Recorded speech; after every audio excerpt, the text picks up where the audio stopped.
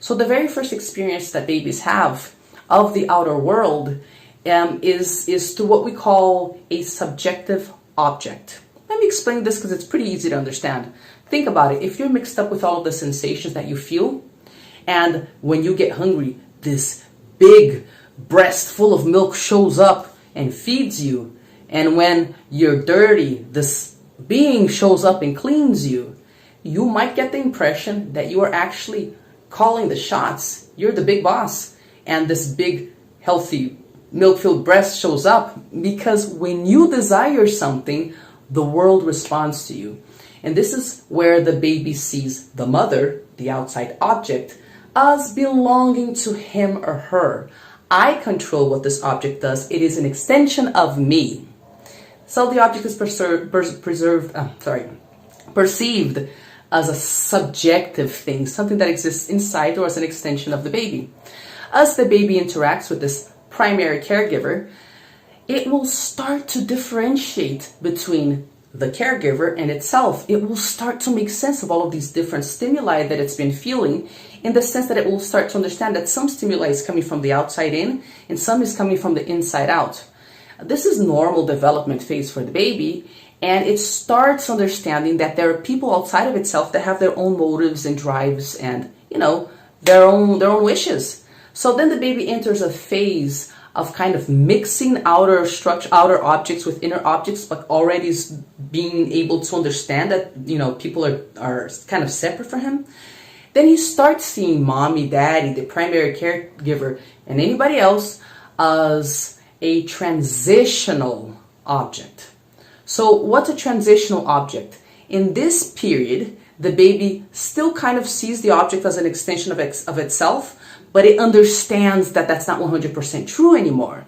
It can differentiate a little bit more. It's a semi-symbiotic state. It already understands that the big breast full of milk doesn't come exactly when the baby calls, because it has its own wishes. It has its own agency. Now, if everything goes well, the baby will transition into the phase where it perceives objects as being objective objects. Now the baby can understand, oh, wait a second.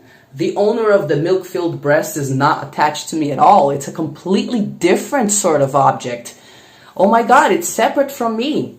So that means I don't control it. And this is where a lot of things, in this trajectory, a lot of things can happen in terms of trauma that will make the baby kind of be like, wait a second, I don't want to be in this world where people are separate from me and where I don't control the big breast, the big milk-filled breast. This is quite dangerous. What if the breast doesn't come when I need it to come? Oh, I don't want to be part of the outer world. And then this is where the person who has a schizoid trauma will actually shut down and will try to go back into a symbiotic state. And how does this happen?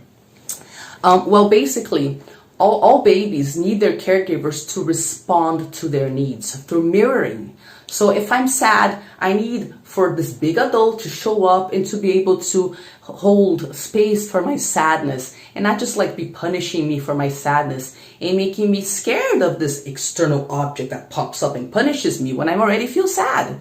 When I'm hungry, the baby needs someone externally to come and provide food. The baby needs to be able to experience 100% vulnerability and dependence in a way that generates mostly positive, even though negative experiences will always be generated, and this is a healthy part of development.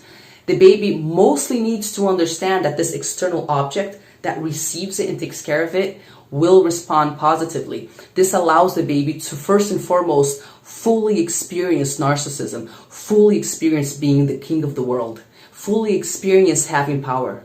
Only when the baby can fully experience having this power can it give it up and decide to become a separate person and give that parent permission to be a separate person as well. If the baby feels that this parent is hostile, negligent, doesn't show up when it needs the parent to show up, it will come to the conclusion, it might come to the conclusion that, wait a second, when I was in my symbiotic state, when internal and external objects were all mixed up, it felt more safe than this horrible reality where I have to admit that this external person is separate from me and that I don't control it and that I need it and that it doesn't come when I need it, when I need them to come. It hurts to not see myself mirrored in this person's eyes. It hurts to be to have this person be hostile or negligent or not show up. If the baby does not have an adult that will interact with it regularly in a non-judgmental, loving, responsive way, if the baby does not have an adult that is mentally and emotionally healthy enough to be able to look into the baby's eyes and to see the baby as an individual little human being, if the baby cannot see itself in the mother's or father's eyes, and this might not be able to happen because mom is depressed. Mom has her issues. She's dead. She's working. She's not around. She has mental illness. The first way that we have a sense of self is when we look at our mommy's eyes, at our daddy's eyes, at our caretaker's eyes, and we see that they see something inside us. If they don't see anything inside us because they're disconnected with their, worried about their own worries, the schizoid cannot find himself or herself. And this is scary as heck. So they decide that the outer world is no place to be. Relationships are dangerous. Relationships are not trustworthy. And when we look at schizoid patients, many of them came from quite narcissistic upbringing, where their emotional needs were completely ignored. But whenever there was contact with a primary caregiver, they were very rigid and they had many rules. And so the baby actually felt ignored as an individual and as an emotional being. But every time that they were seen inside their mommy's or daddy's eyes, it was with all of these conditions and this rigidity and with all of this suffocating, all of this suffocating energy, like you have to be what I want you to be. So what the baby learns is that not only is the outside world incapable of seeing it and of satisfying its needs, and that relationships are very difficult and that baby cannot have its needs met, but it also learns that if it were to have contact with other people, it would be invaded, suffocated, and it would lose its sense of self.